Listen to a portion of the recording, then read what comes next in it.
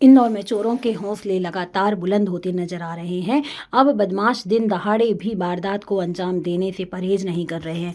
ताजा मामला इंदौर के एरोड्रम इलाके के सामने का है, जहां पर रहने वाले दुर्गेश नामक व्यक्ति के 2 पहिया वाहन को चोरों ने निशाना बनाते हुए चोरी की वारदात को अंजाम दिया। बताया जा रहा है कि फरियादी ने जैसे ही घर के बाहर गाड़ी खड़ी की, अंदर गए, तभी 2 अज्ञात चोर वहां पर पहुंचे और गाड़ी के आसपास कुछ सेकंड टहलने के बाद उन्होंने गाड़ी का लॉक तोड़कर गाड़ी लेकर रफू चक्कर हो गए। बदमाशों की यह करतूत मौके पर लगे एक सीसीटीवी कैमरे में कैद हो गई है, जिसके आधार पर पुलिस ने चोरों की तलाश शुरू कर दी। एरोड्रम थाना क्षेत्र में एक वाहन चोरी हुआ है, जिसकी सीसीटीवी फुटेज भी सामने आई, जिसमें संदेही दिखाई दे रहा है, तो इसमें उसके खिलाफ कार्रवाई की जा रही है, आइडेंटिफाइड किया जा रहा है। इंदौर के छतरीपुरा क्षेत्र में पटाखे फोड़ने की बात को लेकर 2 समुदाय के बीच हुए विवाद के बाद पुलिस मामले की जांच कर रही है।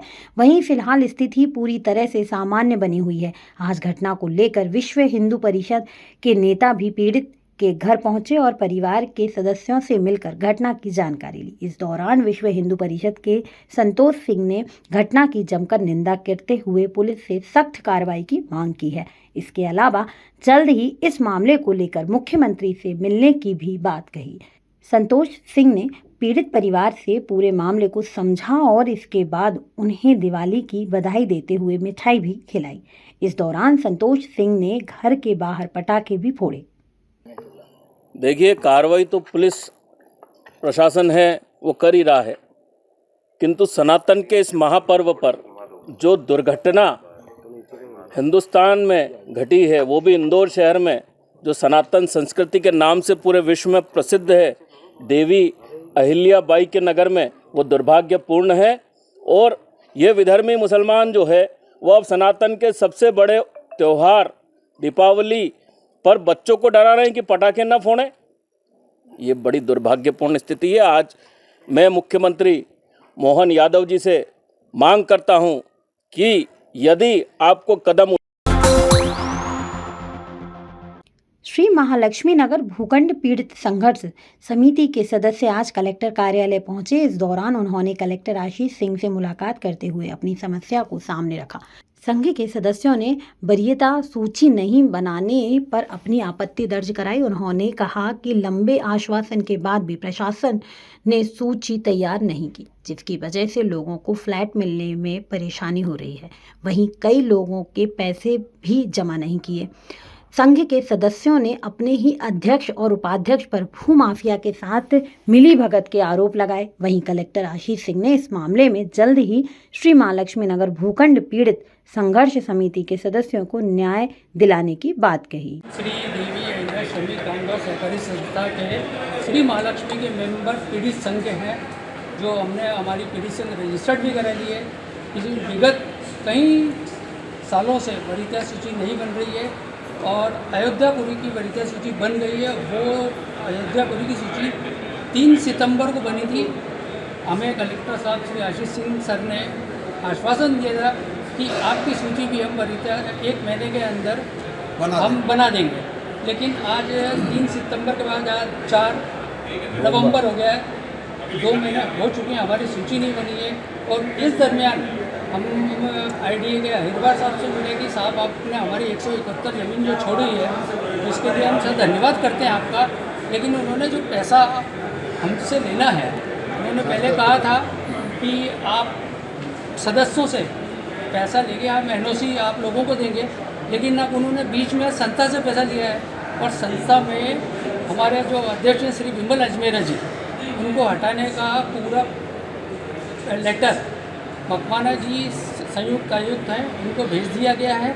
जब संस्था का अध्यक्ष ही अगर 3 साल के लिए निष्कासित कर दिया गया, तो पैसा हम पीड़ित संघ वाले कहाँ से जमा करेंगे और किसको जमा करेंगे। और उसके बाद उपाध्यक्ष जो है पंकज जायसवाल जी, वो तो वैसे ही उनको हटा दिया गया है उपाध्यक्ष पद से। वो उस टाइम में 15 साल के थे, अवयस्क थे, उन्हें हटा दिया गया। और तीसरे जो उपाध्यक्ष हैं मनोज काला, वो नागरिक सहकारिता बैंक में प्रगति पैनल से 1872 वोट से जीत के उपाध्यक्ष बने हुए हैं और जब वो आप वहाँ उपाध्यक्ष बने हुए तो संस्था के पद को आप ग्रहण नहीं कर सकते। और उसके बाद भी हम यहाँ सर से यही बोल रहे हैं कि हमें जो 60 दिन का समय दिया गया, जिसमें से 15 दिन निकल चुके हैं और 15 दिन के बाद हमारे पास कोई इन्फॉर्मेशन नहीं है कि हम पैसे कैसे जमा करें। जब वरीयता सूची नहीं आएगी तो हम डिसाइड कैसे करेंगे कि हम मेंबर हैं या अगला मेंबर है, किस हिसाब से 90 लाख रुपए जो जमा करने हैं।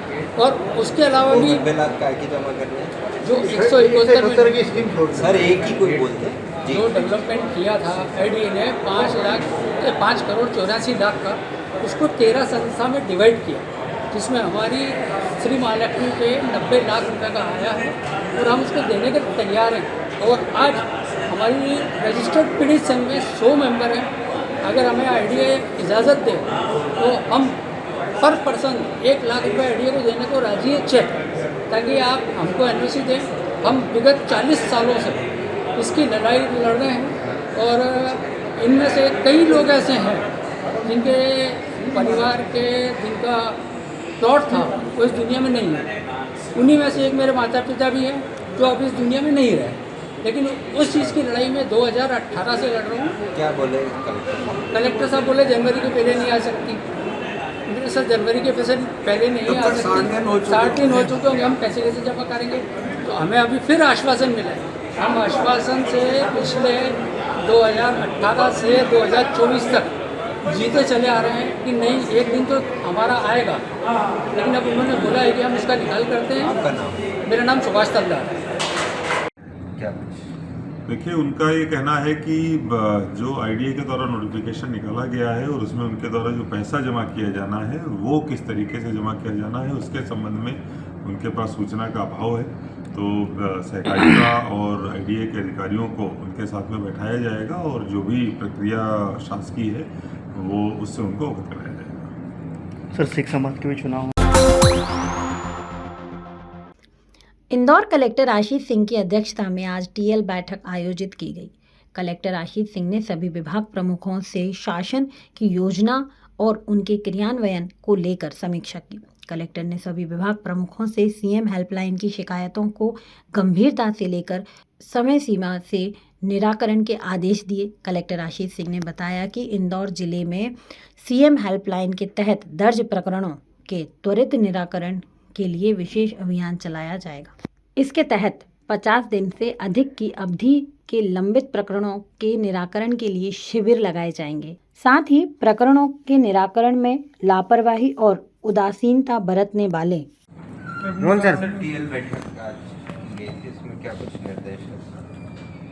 ये टीएल बैठक आज में जितने भी अंतर्विभागीय समन्वय के मुद्दे थे वो सारे डिस्कस किए गए और इसके अलावा जो सीएम हेल्पलाइन है उस पर विशेष जोर दिया गया और उसकी बहुत ही विस्तृत समीक्षा हुई है।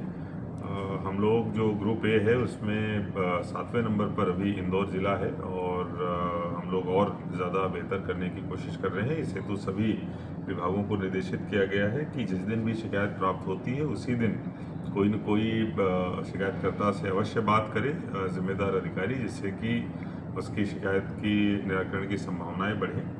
इसके साथ साथ जो 50 दिवस से अधिक लंबित जितनी भी शिकायतें हैं उनके लिए विशेष कैंप प्रत्येक कार्यालय में आयोजित किया जाए, ये निर्देश भी प्रदान किए गए हैं। इसके अलावा जो एक रेजिडेंसी एरिया का सर्वे का कार्य था वो लगभग पूरा हो चुका है। उसके दावे आपत्ति के प्रकाशन के लिए नोटिफिकेशन होना है, जिसके लिए 15 तारीख डेट रखी गई है। 15 तारीख तक हम लोग उसका प्रकाशन कर देंगे और एक जो बहुत बड़ा कार्य इतने वर्षों से पेंडिंग था सर्वे का और खसरे नंबर अलॉट करने का, वो कार्य उसके बाद पूर्ण होगा।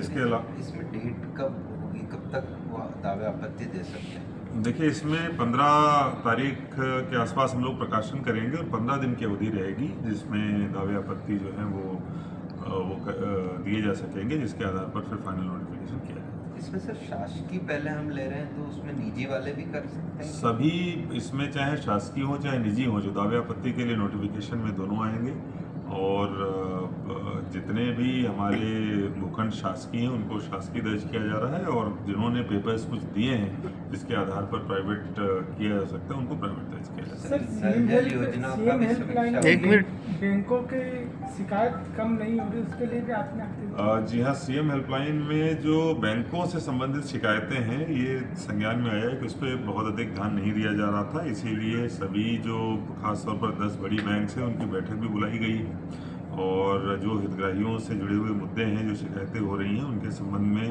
उनको निर्देशित भी किया जाएगा, और भविष्य में इस तरीके की स्थिति उत्पन्न न हो इसे उनको सचेत भी किया जाएगा। नल जल योजना की भी समीक्षा हुई है। नल जल योजना में आज की तारीख में हमारे लगभग 70 ऐसे गांव बचे हुए हैं जिनमें अभी हैंडओवर होना बाकी है। जो काम पीएचई ने किया है उसके आधार पर पंचायतों को जो हैंडओवर होना है उसमें पंचायत के द्वारा कुछ कमियां बताई जा रही हैं। दिवाली के बाद ही सभी जगहों पर, इन 70 जगहों पर जो थोड़ा बहुत काम बचा हुआ है इसको पूरा करने के लिए टीमें तत्काल तैनात करने के लिए संबंधित विभागों को निर्देशित किया गया है। मुझे लगता है कि बहुत जल्दी ही टीमें डिप्लॉय हो जाएंगी और आगामी 1 महीने के अंदर हम लोग संपूर्ण काम को पूरा कर देंगे। महालक्ष्मी नगर पीड़ित दीपावली पर्व के चलते इंदौर की विभिन्न मंडियों में व्यापार बंद थे।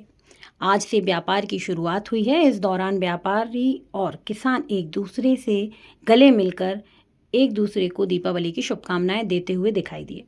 आज से व्यापार की शुरुआत की गई। सोयाबीन का आज मुहूर्त सौदा 555 रुपये प्रति कुंटल के हिसाब से हुआ। वहीं गेहूं का 3111 रुपये प्रति क्विंटल के करीब खरीदी बिक्री से हुआ। सोमवार को मुहूर्त के सौदे के साथ ही दीपावली मिलन समारोह का आयोजन भी किया गया, जिसमें मजदूर, व्यापारी और किसान सभी के अन्नकूट का भी आयोजन व्यापारियों के द्वारा रखा गया। यह व्यापारी सेशन का जो अन्नकूट का उत्सव रखा है ये 81 साल पुराना है। ये परिपाटी जो चली आ रही है वो हो रहा है, और व्यापार के हिसाब से देखा जाए तो व्यापार में बाज़ारों की स्थिति ऐसी मंदी वाले हैं तो व्यापार इतना वो है नहीं, माल की आवकें भी कम है, तो इससे मतलब ही। आज सब मिलन समारोह भी रखा है। मिलन समारोह तो हमेशा ही होता है, 56 भोग का आयोजन होता है, मिलन समारोह होता है का। किस तरीके के सौदे हुए हैं आज मुहूर्त में? मुहूर्त में तो मतलब जैसे हर फील्ड में हुए ना सौदे, जो मतलब रेडी में रहता है, गेहूँ रहते हैं तो गेहूँ के सौदे हुआ 3000 रुपये के, मक्का 2250 रुपये, और मतलब आपका परिचय? प्रहलाद मुंदड़ा। इंदौर के तिलक नगर थाना क्षेत्र 2 दिन पूर्व पटाखे फोड़ने की बात को लेकर 2 पक्षों में विवाद हुआ था। इसमें दोनों पक्षों के लोगों में जमकर मारपीट भी हुई थी। इस घटना में 2 लोगों को गंभीर चोटें आने के चलते निजी अस्पताल में भर्ती भी किया गया था। इस घटना का एक सीसीटीवी फुटेज भी सोशल मीडिया पर जमकर वायरल हो रहा है, जिसमें जमकर मारपीट करते हुए दोनों पक्ष के लोग दिखाई दे रहे हैं। इसके बाद पुलिस ने दोनों पक्षों के लोगों के खिलाफ एफआईआर दर्ज कर 4 लोगों को गिरफ्तार किया है। इंदौर से राजीव टाइम्स की रिपोर्ट। तिलक नगर में एक दिवाली के दिन एक छोटा विवाद सामने आया था, जो कि पड़ोसी आपस में उनका झगड़ा हो गया था, और इस पर से दोनों की क्रॉस क्राइम हुई है। इसमें एफआईआर रजिस्टर भी की गई है, आरोपी को गिरफ्तार कर लिया गया है।